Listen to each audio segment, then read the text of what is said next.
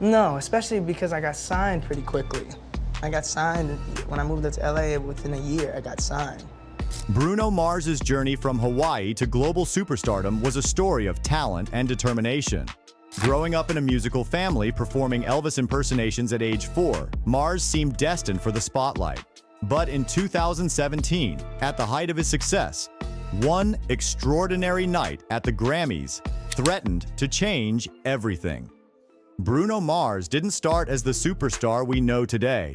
Born Peter Gene Hernandez in Hawaii on October 8, 1985, he grew up in a world of music. His father, part Puerto Rican and Jewish, and his mother, Filipino and Spanish, were both performers. His dad played drums while his mom did hula dancing.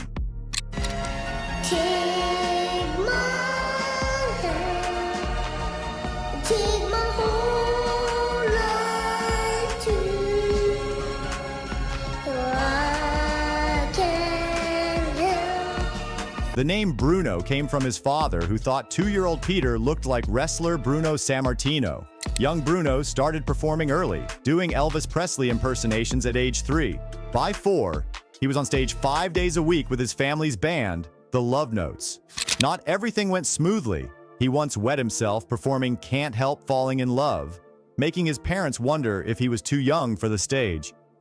My next guest on my show is Bruno. Yay! Bruno, it says right here, you're the world's youngest Elvis impersonator. And you've been seen on NBC's Inside Report, CBS's Small Talk, and CNN's World News. He's taking Waikiki by storm. Show, huh? Yeah. Okay, cool. Okay, that's cool. What else can I ask? What do you guys want to ask him? Huh? Oh yeah, can you show some moves? What about the lip? Do them lip thing.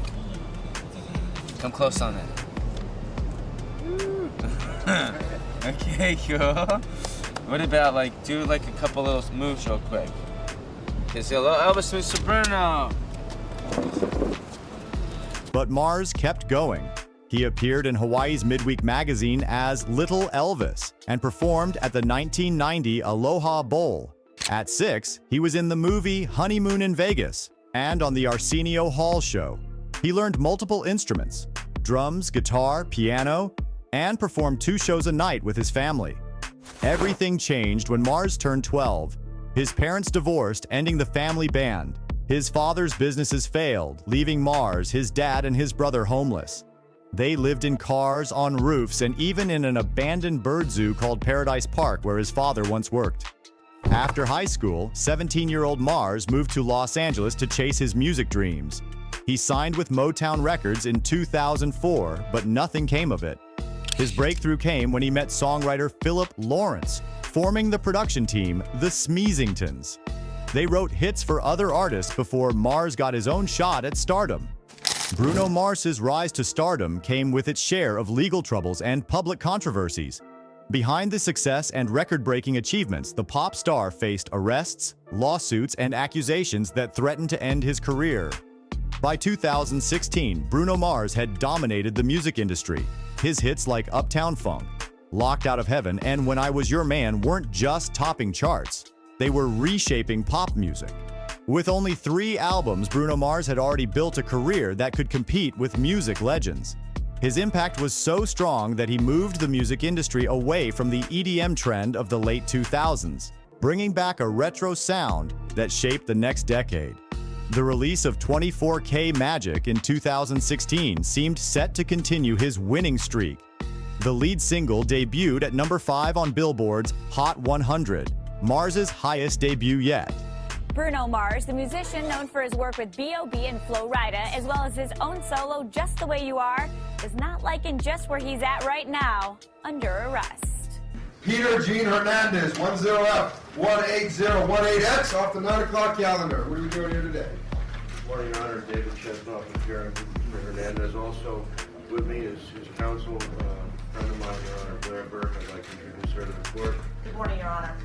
Mr. Schoenfeld. We've managed to resolve this matter. Resolution is?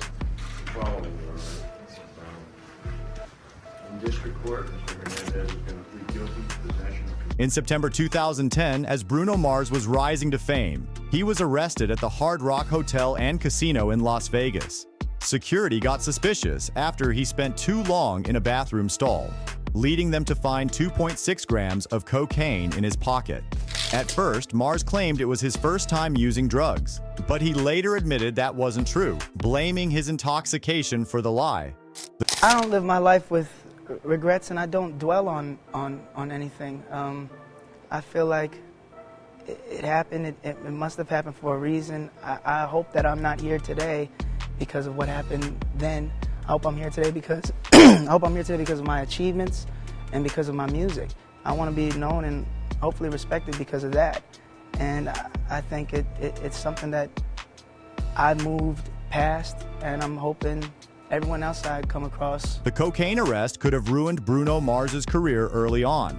However, he struck a plea deal that kept him out of jail. He completed community service and took drug education classes. And by 2012, the charges were dropped after he met all the conditions of the agreement.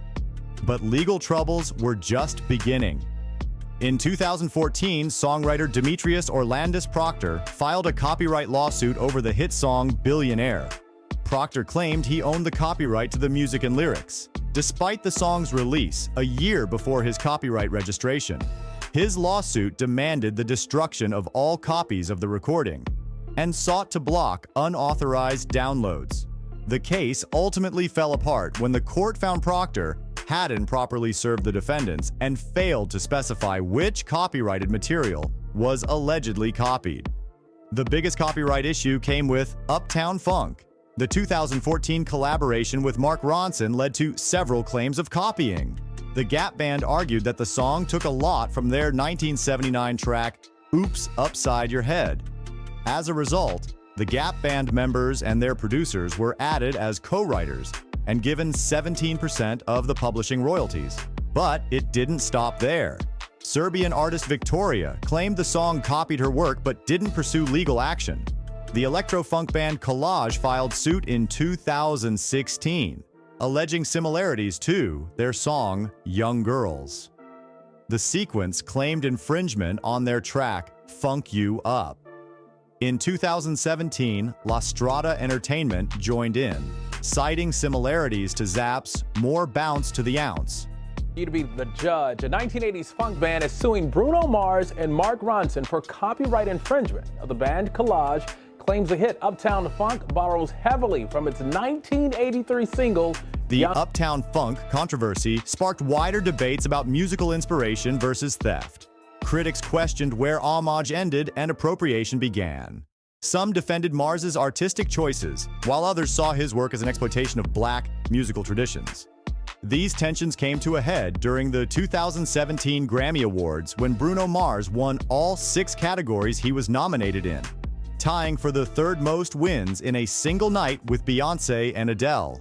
Only Michael Jackson and Santana had won more. However, his big win sparked debates about racial bias in the music industry. That year, the Grammys nominated several prominent black artists, including Kendrick Lamar, Childish Gambino, and Jay-Z. Bruno Mars's sweep of the awards sparked criticism that the voting process favored non-black artists in the major categories. These accusations grew stronger, especially after similar controversies, like Adele winning over Beyoncé the year before. Accusations of cultural appropriation grew stronger. Critics like Senshi Shashu argued that Bruno Mars takes existing work and recreates it without significant changes. She claimed that his success was largely due to white audiences favoring black culture when performed by a non-black artist. The controversy didn't end there. In 2021, the Gap Band heirs filed another lawsuit, this time against BMG Rights Management. They claimed they weren't receiving their share of Uptown Funk royalties under a 2015 agreement. While this suit was eventually dropped without settlement, it kept Mars's name in the headlines for unwanted reasons. A recent report by News Nation is true.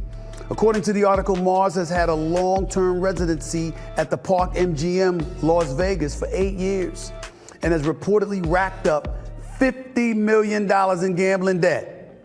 A source alleged that Mars takes home $90 million from his current deal with MGM and a recently launched cocktail lounge called the Pinky Ring at Vegas-based MGM property, the Bellagio. Mars has talked in the past about his love for poker during an appearance on the show. The same year, rumors circulated about Mars owing MGM Resorts International $50 million in gambling debts. Sources claimed his Las Vegas residency earnings were being used to repay these alleged losses. MGM quickly denied these allegations, emphasizing their long-standing, mutually respectful relationship with Mars. I'm a huge fan of Bruno Mars. Secondly, I think he's the closest thing to Michael Jackson out there, let me say it. I never knew a damn thing about Bruno Mars until he performed at the Super Bowl by himself and then followed that up with a performance with Coldplay and Beyonce, which to me was off the chain. Mars's response to these controversies proved crucial to his survival. Unlike other artists who rushed to defend themselves or apologize, he maintained strategic silence. This approach worked particularly well because respected industry figures like Stevie Wonder spoke up in his defense, calling the criticism unfounded. In 2023, Bruno Mars made a strategic move with Anderson. Pac chose not to submit their album An Evening with Silk Sonic for Grammy consideration, although they explained it as being content with past recognition. Many believed it was a way to avoid sparking renewed debates about awards and cultural appropriation. You know, I don't hold any grudges against Motown. I was just really young and I feel like I didn't know. I didn't know that you can't, it's not like, you're not just gonna have hit songs fall in your lap. And you can't tell, nobody should tell you what kind of artist you need to be. His influence on popular music remains undeniable. The shift from electronic dance music to retro-inspired sounds in the 2010s traces directly back to Mars's impact. His ability to craft hits while paying homage to various musical traditions has earned him a unique place in pop music history, despite the controversy that briefly threatened to overshadow his achievements. Mars's approach to the controversy extended beyond just staying quiet. He essentially stepped back from the spotlight. Since 24K Magic in 2016, he's released only one album, the collaborative An Evening with Silk Sonic with Anderson .Paak. Notably, they withdrew this album from Grammy consideration, possibly to avoid similar controversy. Today, Bruno Mars stands as an example of how to handle success and controversy in the modern entertainment industry. His story shows that sometimes the best response to criticism isn't a defense or an apology, but rather letting your work speak for itself while giving the public space to move on to the next controversy.